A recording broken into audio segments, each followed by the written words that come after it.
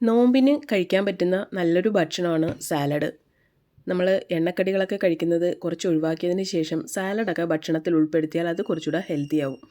Salad ഉൾപ്പെടുത്തുമ്പോൾ ശ്രദ്ധിക്കേണ്ട ഒരു കാര്യം, ഒരു 4-5 കളർ ഉള്ള വെജിറ്റബിൾസ് ഉൾപ്പെടുത്തുന്നതാണ് ഏറ്റവും നല്ലത്.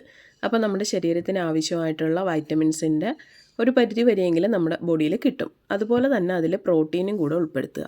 ഞാനിവിടെ ഉപയോഗിച്ചിട്ടുള്ളത് സവാള, മല്ലിച്ച പരിഞ്ഞത്, വയലറ്റ് കാബേജ്, ബ്രൊക്കോളി, ക്യാപ്സിക്കം, അതുപോലെ കുക്കുംബർ, കുറച്ച് പൈനാപ്പിൾ, എനിക്കൊരു മധുരം ഇഷ്ടമാണ് അതുകൊണ്ട്, പിന്നെ ലച്ചൂസ്, ഇത്രയും ഇൻഗ്രീഡിയൻസ് ആണ് എടുത്തിട്ടുള്ളത്. അതിൻ്റെ കൂടെ വേവിച്ച വെള്ളക്കടലയും.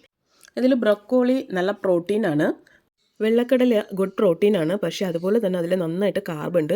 അതുകൊണ്ട് അത് ഒരുപാട് എടുക്കേണ്ട, ആവശ്യത്തിന് മാത്രം കുറച്ചെടുത്താൽ മതി. ഇത്രയും സാധനങ്ങൾ എടുത്തതിന് ശേഷം പിന്നെ ഇതൊന്ന് ഡ്രസ്സിങ്ങിന് വേണ്ടിയിട്ട് നമുക്ക് ഒലിവ് ഓയിൽ യൂസ് ചെയ്യാം, ആപ്പിൾ സൈഡർ വിനീഗർ എടുക്കാം, അല്ലെങ്കിൽ ചെറുനാരങ്ങ നീരെടുക്കുക.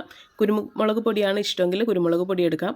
അതല്ലാണ്ട് സാലഡിൻ്റെ ഡ്രസ്സിങ് റെഡിമെയ്ഡ് തന്നെ വാങ്ങാൻ കിട്ടും, വേണമെങ്കിൽ ആ പൊടിയും എടുക്കാം. ഇതിൽ ആവശ്യത്തിന് ഉപ്പും കൂടെ ചേർത്ത് അതൊന്ന് മിക്സ് ആക്കിയതിന് ശേഷം ഈ എല്ലാ ഇൻഗ്രീഡിയൻസും ഒരുമിച്ച് നന്നായിട്ട് മിക്സ് ചെയ്യുക. ഇത്രയേ ഉള്ളൂ. അത് കഴിഞ്ഞാൽ നമുക്ക് സെർവ് ചെയ്യാൻ പറ്റും.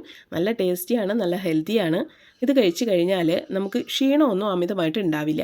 നോർമലി നോമ്പ് കഴിഞ്ഞ് എണ്ണക്കടികളും കുറച്ച് മധുരമുള്ള ജ്യൂസും സാധനങ്ങളൊക്കെ കഴിച്ച് കഴിഞ്ഞാൽ പിന്നെ നമുക്ക് കുറച്ച് സമയം കഴിയുമ്പോൾ ഭയങ്കരമായിട്ടൊരു ക്ഷീണം ഉണ്ടാവും. പക്ഷേ നമ്മുടെ ഭക്ഷണ രീതി നമ്മൾ ചേഞ്ച് ചെയ്ത് കഴിഞ്ഞാൽ നമുക്ക് ആ ക്ഷീണമൊന്നും ഉണ്ടാവില്ല. നല്ല എനർജറ്റിക്കായിട്ടിരിക്കാൻ പറ്റും, നമ്മുടെ ഇബാദത്തെല്ലാം വളരെ നന്നായിട്ട് എടുക്കാൻ പറ്റും. അതുപോലെ സുബഹിക്ക് ഭയങ്കര ഹെൽത്തി ആയിട്ട് തന്നെ എഴുന്നേൽക്കാനും കഴിയും.